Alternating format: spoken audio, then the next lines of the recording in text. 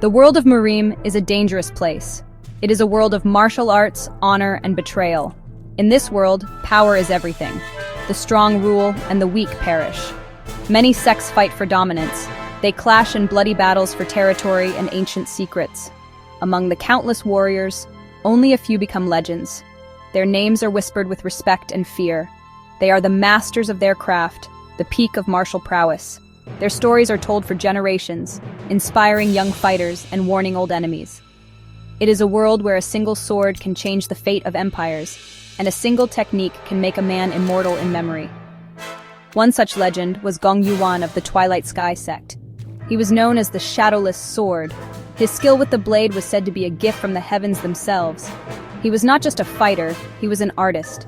His movements were like a dance, beautiful yet deadly. He was the pride of his sect, a symbol of their strength and righteousness. Many believed he would one day become the leader of the entire Murim alliance.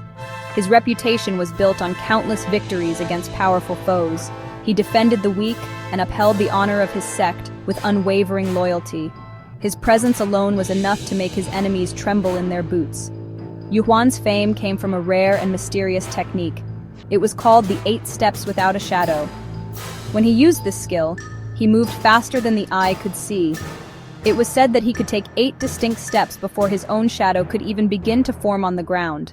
His opponents would fall before they even knew he had moved. They would see a blur, a whisper of wind, and then nothing. The technique was the ultimate expression of speed and precision, a masterpiece of swordsmanship that no one else could replicate. It was a secret passed down through a forgotten lineage, and Yuan was its only living master. His legend was at its peak 7 years ago. The righteous sects were locked in a brutal war against the wicked Black Demon Gate. The conflict had raged for years, claiming countless lives on both sides. Yuan was the tip of the spear for the righteous alliance. He led charge after charge, cutting down demons and their followers with his peerless blade. Victory after victory followed him. It seemed that the war would soon end, with the righteous sects victorious, all thanks to the unparalleled power of the Shadowless Sword. His name was a beacon of hope for his allies, and a curse for his enemies, a true hero of the Murim world. The final battle was set to take place at the Crimson Valley. It was a strategic location, the last stronghold of the Black Demon Gate. The plan was simple.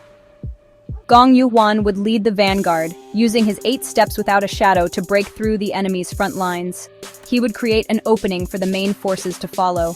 His own sect, the Twilight Sky sect, and their allies from the Golden Dragon clan and the Iron Fist sect would support him from the flanks. It was a solid plan, one that promised a decisive and glorious victory. Yuan trusted his brothers in arms completely. He had fought alongside them for years and believed in their shared cause. As the horns of battle sounded, Yuan moved. He became a phantom on the battlefield. His sword flashed like lightning and his enemies fell like wheat before a scythe. He executed the 8 steps without a shadow perfectly. He carved a path deep into the heart of the Black Demon Gate's army. He turned, expecting to see the banners of his allies charging behind him, but he saw nothing. The valley behind him was empty and silent. His support had not come. A cold dread began to creep into his heart, a feeling more chilling than the sharpest steel. He was alone, surrounded by a sea of enemies. The truth was a poisoned dagger. His sect had betrayed him. The Twilight Sky sect, along with the Golden Dragon and Iron Fist sects, had made a secret pact with the Black Demon Gate. They feared Yuan's growing power and influence. They worried he would one day rule over them all, so they conspired to eliminate him. They promised the Black Demon Gate a swift end to the war in exchange for Yuan's life. They watched from the cliffs above as their greatest hero was trapped, a pawn sacrificed for their own selfish ambitions. The taste of betrayal was bitter, far worse than any wound he had ever received. In the chaos that followed, Gong Yuan disappeared. The righteous sects declared him a hero who had fallen in battle. They built a grand monument in his honor, a hollow tribute to the man they had sent to his death. The war ended, and a fragile peace settled over the Murim. The traitorous sects shared the spoils, their power growing. For 7 long years, the world believed Gong Yuan was dead. His legend faded into a sad story told to young disciples. The memory of the shadowless sword was buried, and the truth of his betrayal was locked away, a dark secret known only to the guilty. The world moved on, forgetting the man who had once been its brightest star. 7 years passed. The snow of winter melted, and the flowers of spring bloomed many times. Then a man appeared at the gates of the Iron Fist sect. He was dressed in dark, simple robes. His face was weathered, and his eyes held a coldness that could freeze the sun. He carried a single, unadorned sword. When the guards challenged him, he did not speak. He simply walked forward. The guards, famous for their powerful fists, fell before they could even raise their hands. The man was Gong Yuhuan. He had returned from the abyss, but he was not the hero they remembered. The warmth and righteousness in his eyes were gone, replaced by an icy hatred. His return was not announced with trumpets, but with the silent fall of his enemies. He moved through the Iron Fist sect like a specter of death. He used the 8 steps without a shadow, but it was different now. Before, it was a dance. Now it was a storm of pure destruction. It was faster, colder, and utterly merciless. The Grandmaster of the Iron Fist sect, a renowned warrior, faced him in the main hall.